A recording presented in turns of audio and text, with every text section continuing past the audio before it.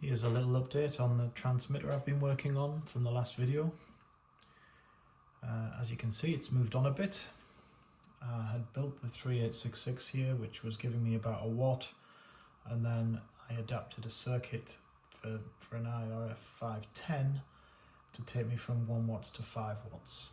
And that's working really well. It's the first attempt at putting some heat sinks in and what have you to keep it cool, because it was getting quite warm, but I think I've cracked it.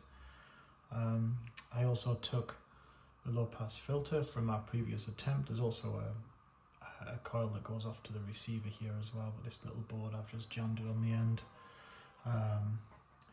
And what I've got here is I've got the oscillator running, feeding the amplifier with the keying circuit. It's fit into a dummy load, so it's not broadcasting. And I've got the solder smoke receiver in the background here.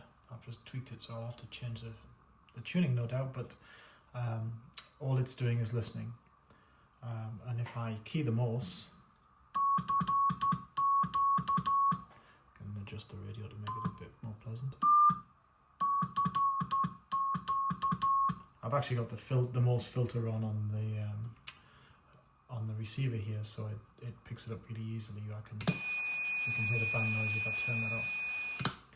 But yeah, so what's happening there is the transmitter is being keyed, generating the 5 watt signal, and it's close enough obviously to the radio for it to hear it without aerials and whatnot. Although the aerial's attached to the end-fed half wave, but the transmitter's just feeding into a dummy load.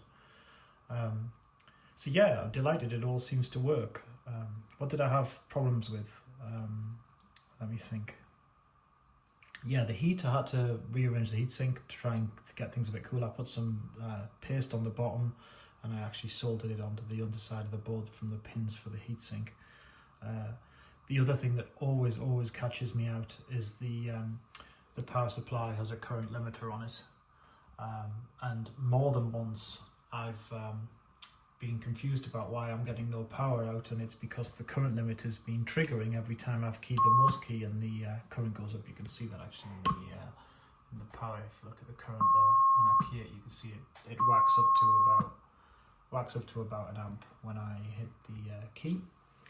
But yeah, and I've validated I can actually get quite a bit more than 5 watts, up over 6 from this circuit, but I don't want to overheat it, and I'm going for a QRP transmitter here, so 5 watts is good enough for me. But yeah, delighted so far. I seem to have conquered the idea of building a transmitter, and I understand now the various pieces. In terms of design, it's quite similar to Llewellyn's optimized QRP transceiver, up to the first watt, and then the rest of it I got from a website.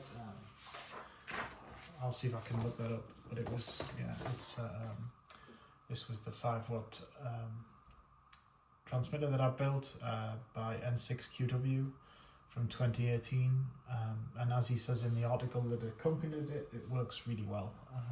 And it's great because these IRF 510s are dirt cheap. I've got 10 or 20 of them in a cupboard somewhere, so I could make as many of these as I needed to. It remains to be seen how everything sounds on the air, and the next problem is to combine these somehow.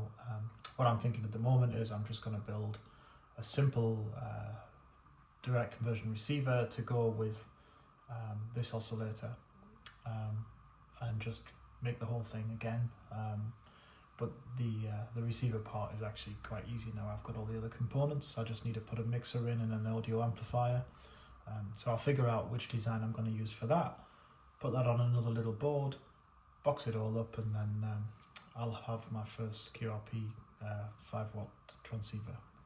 So that'll be awesome. Yeah, that's where I'm at.